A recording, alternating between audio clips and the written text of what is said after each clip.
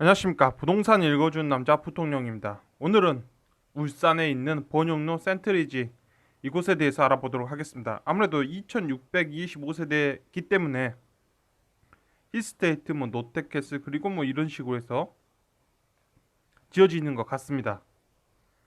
보시다시피 이곳에 있는 위치를 본다면 번영로 센트리지 이게 보이는 거죠. 그리고 우정 혁신도시, 이 울산의 혁신도시라 할 수 있겠죠.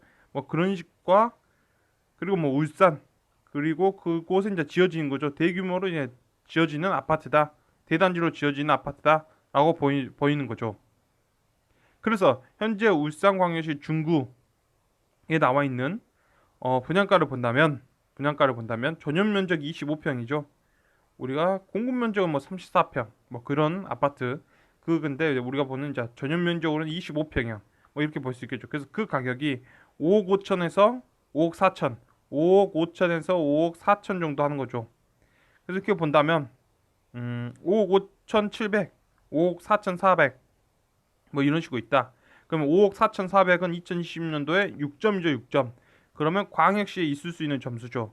그보다 좀 더 비싼 거, 한 1,000만 원 정도 비싼 거 하면 6점, 1점에서 결국에 광역시에 있을 수 있는 아파트다라고 보여지는 거죠. 우리가 최고가 기준은 없고 그보다 더 아래에 있는 아파트 분양 가격 때문에 1,000만 원, 2천만 원 정도 더 싸다면 5점 몇 이렇게 있겠죠. 그래서 광역시에 있을 수 있는 점수대로 나와 있다. 이 말은 많은 광역시에서 이 정도 금액대로 분양을 해주고 있다라는 거죠. 울산만 그런 게 아니라 그래서 우리가 지어지고 있는 게 서출공원역 이렇게 해서 이 주변으로 이제 아파트가 지어진다는 거죠.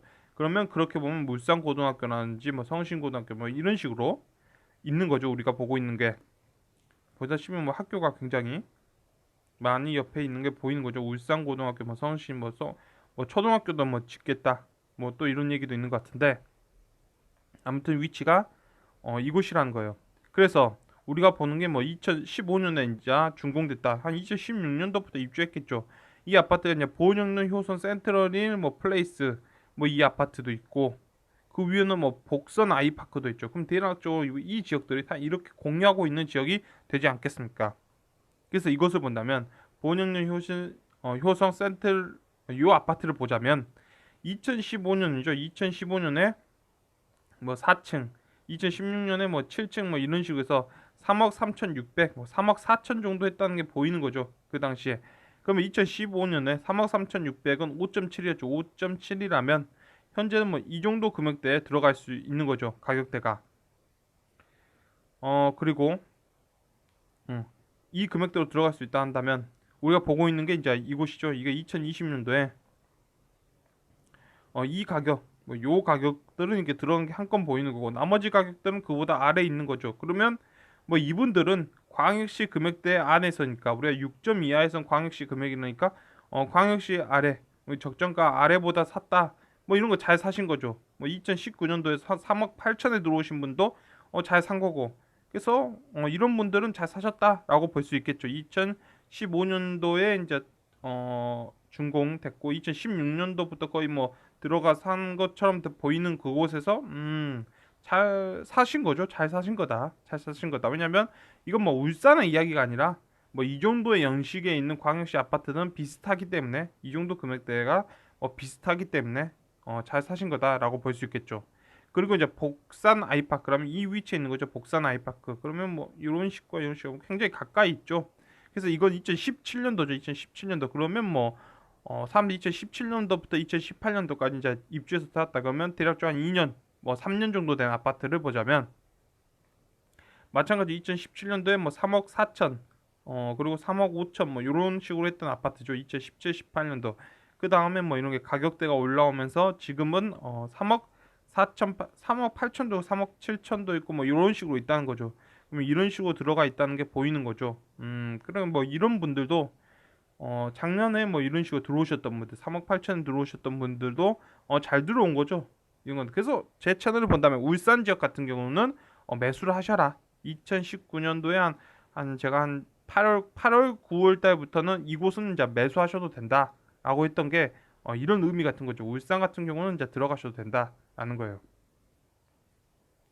그래서 이제 중요한 건 무엇이냐면 우리가 이런 식으로 알아봤죠. 그래서 광역시 광역시 점수대에서는 모든 광역시들이 비슷비슷하구나라는 거죠. 광역시에서 6점대 이하. 그러니까 지금의 어떤 이런 가격대에서는 대부분 비슷비슷하게 산다는 거예요. 비슷비슷하게 산다.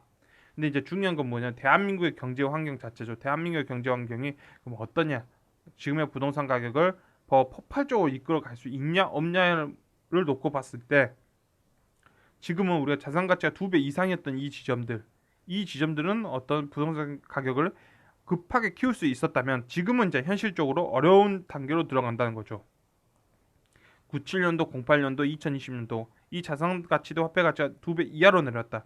이럴 때 이제 거주적 목적을 변한다는 거예요. 거주적 목적을 변한다. 거주적 관점으로 봐야 된다는 거예요. 거주적 관점으로 봐야 된다라는 거죠. 그래서 이런 시점에서는 기본적으로 대한민국 모든 아파트 시장, 어떤 주거 부동산의 시장 여기서는 거주용 목적을 가지시고 봐야 된다. 즉 한마디로 엄청나게 갭을 늘릴 필요가 있냐? 그럴 필요가 없다는 거예요. 갭을 많이 늘려서 가는 그런 전략들은 이미 끝났다는 거죠. 이미 끝났다. 2019년도로 끝나고 이제 2020년도부터는 그런 거죠. 내려온 거죠. 이게 내려왔다. 그럼 우리가 08년이냐 97년이냐 막 그런 시기처럼 이렇게 내려왔던 시기는 이제 다주택자들이죠. 갭으로 엄청 들어갔던 다주택자들은 이제는 이런 물건들을 이제 전면 처분해야 되는 시기고 너무 많이 올라갔던 조정받는 시기. 단 적정한 가치 내에 있다라고 하는 지역들은 그냥 뭐 매수하는 거죠. 거주적 목적으로 매수하는 시기 정도로 볼 수 있을 거예요.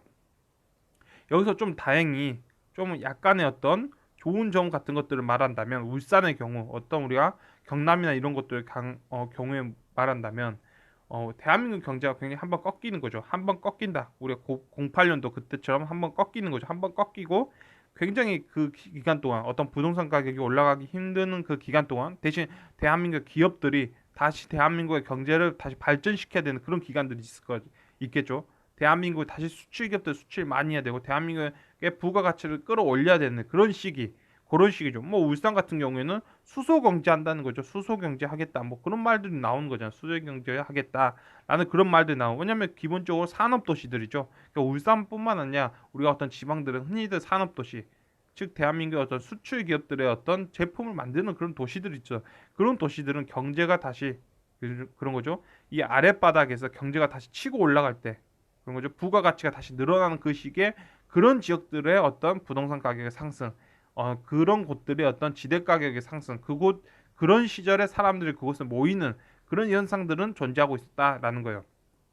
그런 시기 때. 그래서 울산 같은 경우에서도 2012년, 2013년도 막 그럴 때는 굉장히 좋은 시절이 있었죠. 단 아무리 그러다 하더라도 아무리 지방이 어떤 경제가 좋다 하더라도 서울 가격에 근접한다면 서울에 투자하는 게 훨씬 좋다라는 거예요. 그럴 때는 그래서 광역시 레벨단이 있는 거고 서울 수도권 레벨단이 있는 거죠. 근데 광역시 레벨단이 서울 수도권 레벨단까지 아니 수도권 단위요. 서울 레벨단의 어떤 근처까지 간다면 그거는 광역시에서 좋은 건 아니에요. 그럴 때는 서울의 물건을 사줘야 된다. 단 서울 물건이 안 좋다, 안 좋다, 안 좋다 이런 얘기가 막 돌죠. 그럴 때는 이제는 뭐 광역시나든지 어떤 수출 도시들이 좋다. 막 그런 얘기들이 돌지만 그런다 하더라도 울산에서 석유가 뿜어 나오다 하더라도 서울 아파트 가격과 거의 비슷해진다면 던지고 서울 거 사는 게 더 좋다는 거예요.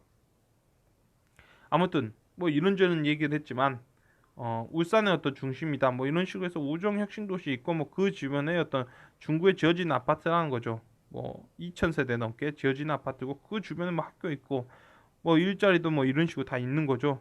이런 식으로 있고 뭐 하는 곳인데 자기의 어떤 가치 영역대로 나왔다. 즉 다른 광역시들의 가격대로 나와 있는 거죠. 나와 있다. 그러고 중요한 거는 이제 우리가 일단은 거주적 목적으로 가자는 거죠. 거주적 목적으로 가자.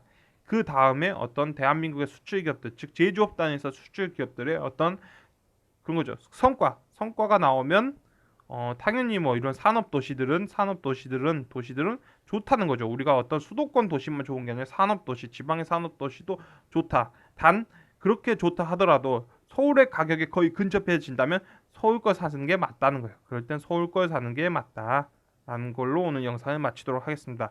지금까지 시청해 주셔서 너무나 감사합니다.